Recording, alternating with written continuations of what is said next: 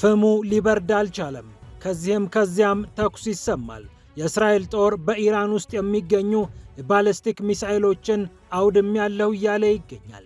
በተለይ በምድር ተጠምደው የነበሩ ተቀብረውና ተሸሽገው የነበሩትን ባለስቲክ ሚሳኤሎች ከነክምችታቸው ዶግ አመድ አድርጌያለሁ ብሏል። ኢራን በበኩሏ በተባበሩት አረብ ኤምሬትስ፣ በኩዌትና በባህሬን የሚገኙ 20 የሚሆኑ የአሜሪካ የጦር ቤዞችንና ጥቅሞችን ጉድ ሰርቻለሁ እያለች ትገኛለች። ይህ እንደተጠበቀ ሆኖ የእስራኤሉ አሜሪካ ሰራሽ ጀት ኤፍ-35 ከኢራኑ ሩሲያ ሰራሽ ጀት ጋር ፊት ለፊት ተፋልመው እንደነበር ተሰምቷል። የሆነውም ነገር ታውቋል። ከዛው ከቀውሱ ሳንወጣ የተለያዩ የአረብ ሀገራት ሩሲያን ከኢራን ሚሳኤል አስጢን እያሉ እንደሆነ ተሰምቷል። ሩሲያ የሆነ ነገር ማድረግ አለብሽ ብለው የአረብ ሀገራት እየተማጸኑ መሆናቸውም ተሰምቷል። አምባሳደሮቻቸው ሞስኮ ተገኝተው ይህንን እያሉ ይገኛሉ። ኢራን ደግሞ ከአያቶላ አሊ ኻሜኒ ሞት በኋላ 3 ሰዎች ኢራንን በጊዜያዊነት እንዲያስተዳድሩ እየተደረገ ነው ብላለች። በቀጣይ ስለሚሆነውም ማሳውቃለች። ፔንታገን ደግሞ ዩክሬንን አንድ ጥያቄ ጠይቋል እየተባለ ነው። ሻሄድ የተባሉትን የኢራን ድሮኖች መመከት የሚያስችል የሆነ አቅም ስጪኝ ብሎ ነው ፔንታገን ባልተለመደ ሁኔታ ኪየቭን ጠይቋል የተባለው። ዜሌንስኪም ደስ ብሏቸዋል። አንዳንድ ምልክቶችን እያየን ነው፣ ልንተባበር እንችላለን በማለት ተፈላጊነታቸው ስለተነሳላቸው ደስ ብሏቸዋል። ኔቶ ደግሞ ኢራን ከፍተኛ ስጋት የምትሆንበት እድል መጥቷል እያለ ነው። እሳቱ እዚህም እዚያም ተለኳክሷል። ፓኪስታን በጦርነቱ ውስጥ ልገባበት እችላለሁ እያለች እያስፈራራች ነው። ሳውዲ ተነክታብኛለች፣ ከእርሷ ጋር ደግሞ የተፈራረምኩት ወታደራዊ ስምምነት አለ፣ ኢራን ሆይ ልብ አድርጊ እያለች ነው ኢስላማባድ። አዘርባጃንም እሳቱን ቀምሳለች። ከኢራን የተወነጨፉት 2 ድሮኖች አየር ማረፊያዋ ላይ አርፏል። ኢራንን እሷም ማስጠንቅቃለች። ፒያሳ ኔትወርክን ስትከታተሉ ሁሉንም በጥልቀት ታገኛላችሁ። ፒያሳ ኔትወርክን ሰብስክራይብ፣ ላይክ እና ሼር በማድረግ የተአማኒ የፈጣንና የጥልቅ ዘገባዎች ቤተሰቡን ስንል በአክብሮት ጋብዘናል። አሁን ወደ ጉዳዮቻችን አለፍን።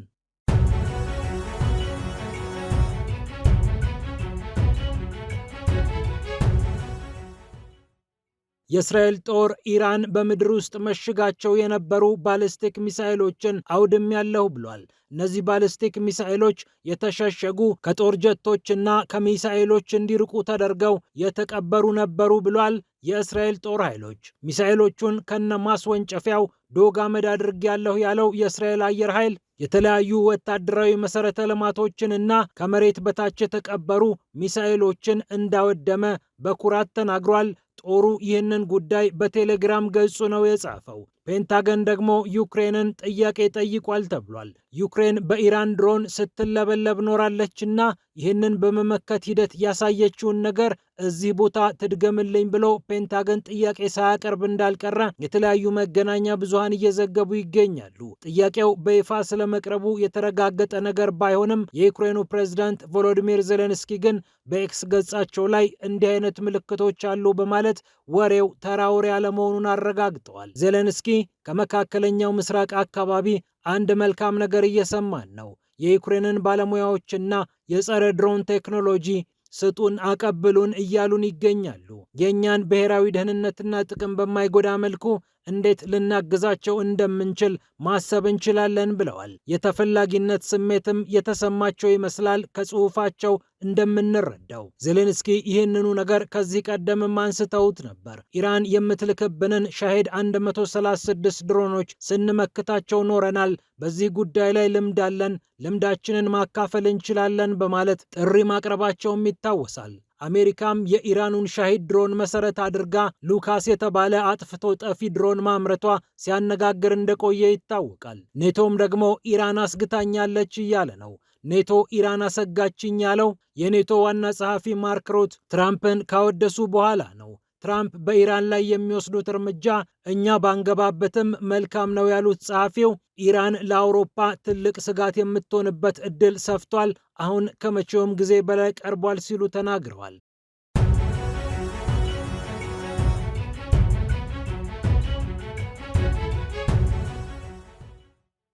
ይህ እንደተጠበቀ ሆኖ የኢራን አብዮታዊ ጦር 20 የሚሆኑ ኢላማዎችን በባህሬን፣ በተባበሩት አረብ ኤምሬትስና በኩዌት መምታቱን ይፋ አድርጓል። የአሜሪካ የጦር ቤዞችንና አሉ የሚባሉ የሀገሪቱን ጥቅሞች ነው በእነዚህ ሀገራት መትቻለሁ፣ ጉዳትም አድርሻለሁ ያለው የኢራን አብዮታዊ ጦር። ከዚሁ ከፍልሚያው ጉዳይ ሳንወጣ እስራኤልና ኢራን ጀቶቻቸውን ሰማይ ላይ እንዳፋለሙም ተሰምቷል። የእስራኤል ጦርም በኩራት ኤፍ-35 የጦር ጀቴን አንስቼ የኢራኑን የጦር ጀት መትቻለሁ ብሏል። የእስራኤል ጦርም ኤፍ-35 የጦር ጀቴን አንስቼ የኢራኑን ተዋጊ ጀት ጥያለሁ ብሏል። ኤፍ-35 የጦር ጀት ከሌላ የጦር ጀት ጋር ተፋልሞ ሲጥል ይህ ለመጀመሪያ ጊዜ ነው ተብሏል። በመካከለኛው ምስራቅ የሚሆን በመላው ዓለም የተለያዩ ዘመቻዎችን የተቀላቀለው ኤፍ-35 ከሌላ የጦር ጀት ጋር አየር ለአየር ሲተናነቅ ይህ የመጀመሪያው ነው ይላል የቢዝነስ ኢንሳይደር ዘገባ። ሰማይ ላይ የተተኮሱ ድሮኖችንና ሚሳኤሎችን ሲመታ ቆይቷል ኤፍ-35። ከዚህም በተጨማሪ ወደ ምድር ቁልቁል በሚልካቸው ቦምቦችም የተለያዩ ወታደራዊ ኢላማዎችን መጥቷል። ነገር ግን አየር ላይ ከሌላ የጦር ጀት ጋር ተታክሶ አያውቅም። አሁን ግን ያክ 130 ከተባለው ሩሲያ ሰራሽ የኢራን የጦር ጀት ጋር ፊት ለፊት እንደተፋለመ ነው የታወቀው። ይሁንና ያክ 130 ያን ያህል የተራቀቀ ቴክኖሎጂ የሌለው በአመዛኙም ለልምምድ አገልግሎት የሚውል የጦር ጀት እንደሆነ ይነገራል። ከ2015 እንደ አውሮፓውያን አቆጣጠር አንስቶ በሎኪድ ማርቲን የተመረተው ኤፍ-35 በስራ ላይ እንደዋለ ይነገራል። እስራኤልም ኤፍ-35 አዲር የተባለ የራሷን ማሻሻያ አድርጋ የሰራችውን ጀት ታንቀሳቅሳለች። በመካከለኛው ምስራቅ ላይ ለምትወስዳቸው እርምጃዎች ኤፍ-35ን እንደምትመካበትም ይታወቃል። በሺዎች የሚቆጠሩ ወታደራዊ ኢላማዎችን በኢራን ውስጥ ገብቼ መትቻለሁ የምትለው እስራኤል ኤፍ-35ን አብዝታ እንደተጠቀመች ይታወቃል። የብሪታንያ ጦርም ኤፍ-35 የጦር ጀቱን አንስቶ ብሪታንያ ይህንን የጦር ጀት ለመጀመሪያ ጊዜ በግዳጅ ላይ እንዳዋለችውም ተነግሯል።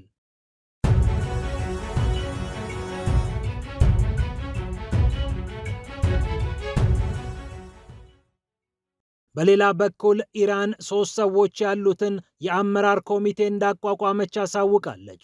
አያቶላ አሊ ኻሜኒ ከሞቱ በኋላ ለመጀመሪያ ጊዜ 3ቱ ሰዎች ተማክረው ኢራንን ያስተዳድሯታል ብለዋል የኢራኑ ምክትል የውጭ ጉዳይ ሚኒስትር ማጂድ ታክት ራቫንቺ። ምክትል የውጭ ጉዳይ ሚኒስትሩ እንደተናገሩት እነዚህ 3 ሰዎች ቀጣዩ መንፈሳዊ መሪ እስኪመረጡ ድረስ ኢራንን በትልልቅ ውሳኔዎች ላይ እየመሯት ይቆያሉ። ኢራን አያቶላ አሊ ኻሜኒ ከሞቱ በኋላ በፍጥነት ሌላ መሪ ተካለሁ ብላ ቃል ገብታ እንደነበር ይታወቃል። ከዛው ከቀውሱ ሳንወጣ የባህሬንን ጉዳይ እናገኛለን።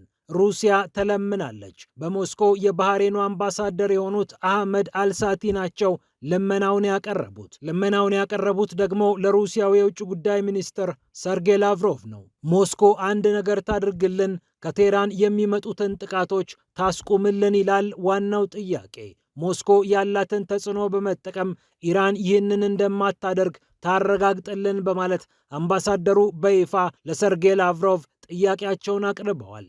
ኢራን ወረራ እየፈጸመች ነው፣ ተዳፍራናለች፣ ይህንን ደግሞ ማስቆም የምትችለው ሩሲያ ናት ስትል ባህሬን በአምባሳደሩ አማካኝነት ይፋዊውን ጥያቄ አቅርባለች። የባህሬን አየር ኃይል በአየር መከላከያ ስርዓቱ አማካኝነት 75 የሚሆኑ የኢራን ሚሳኤሎችን እና 123 የሚሆኑ ድሮኖችን ጦርነቱ ከተጀመረ ጊዜ አንስቶ መጥቶ መጣሉን ይፋ ማድረጉም ይታወቃል። ፍሙ ሊበርድለት ያልቻለው የመካከለኛው ምስራቅ እሳት ፓኪስታንን ወደ ጦርነቱ ሊከት እንደሚችል እየተነገረ ይገኛል።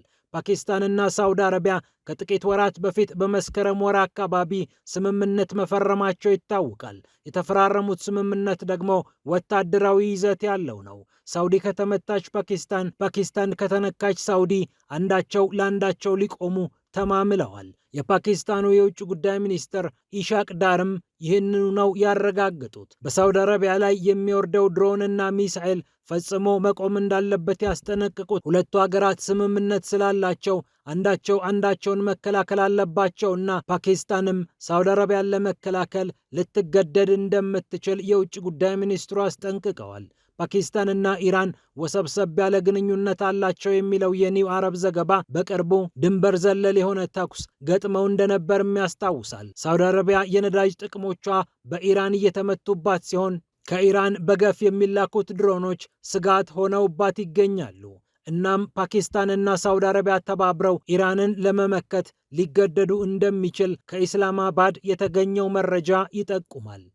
እንዲሁም አዘርባጃንም በኢራን እሳት ተለብልባለች። በአዘርባጃን የሚገኘው አየር ማረፊያ 2 በሚሆኑ የኢራን ድሮኖች መመታቱ ነው የተነገረው። አዘርባጃን ራሴን ለመከላከል እገደዳለሁ እያለች ትገኛለች። ቀድሞውኑ ከኢራን ጋር መልካም ያልሆነ ግንኙነት ውስጥ አሳልፋለች የምትባለው አዘርባጃን የእስራኤል ወዳጅ በመሆኗ ምክንያት ከኢራን ጋር እሰጥ አገባ ውስጥ ገብታ እንደነበር ይነገራል። ባኩ ጥቃቱን ያወገዘች ሲሆን ራሴን ለመከላከል እገደዳለሁ እያለች ትገኛለች። ናክቺቫን የተባለው አካባቢ ነው በኢራን ድሮን ተመቷል የተባለው።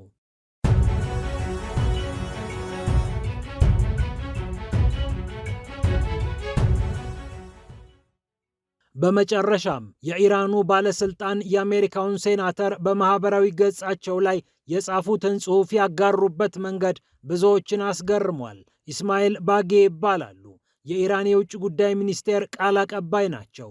በዚህ ጦርነትም ብቻ ሳይሆን ከዚያ ቀደምም አስገራሚ ንግግሮችን በመናገር ይታወቃሉ። ታዲያ አንድ የአሜሪካ ሴናተር የጻፉትን ጽሑፍ ተጋርተዋል። ጽሑፉን የጻፉት በርኒ ሳንደርስ ናቸው። ተሟጋቹ የአሜሪካው ፖለቲከኛ ለፕሬዝዳንትነት ከአንዴም 2 መሞከራቸው ይታወቃል። ሶሻሊስት መሆናቸው የሚነገርላቸው አሜሪካንንም ዓለምንም ጥቂቶች እየተቆጣጠሩ 1 በመቶ የሚሆነው የዓለማችን ሕዝብ 99 በመቶ የሚሆነውን እየመራ ነው፣ ፍትሐዊ ክፍፍል ያስፈልጋል የሚል አቋም ያላቸው በርኒ ሳንደርስ እስራኤልን ጥምድ አድርገው ይዘዋል።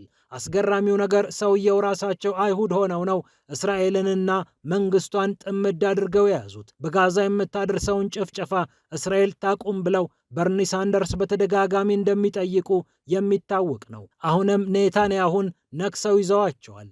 ኔታንያሁ በቢሊዮን የሚቆጠር ዶላር ፈለገ። ጋዛን ለማጽዳት ነበር ይህንን የፈለገው። ይህንን አገኘ።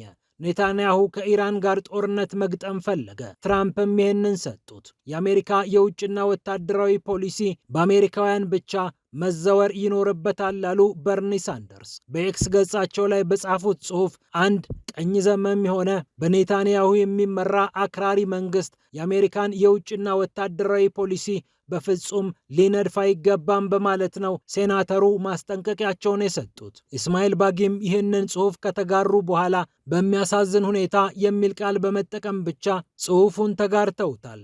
ፒያሳ ኔትወርክን ስትከታተሉ ስለቆያችሁ ክብረት ይስጥልን ብለናል።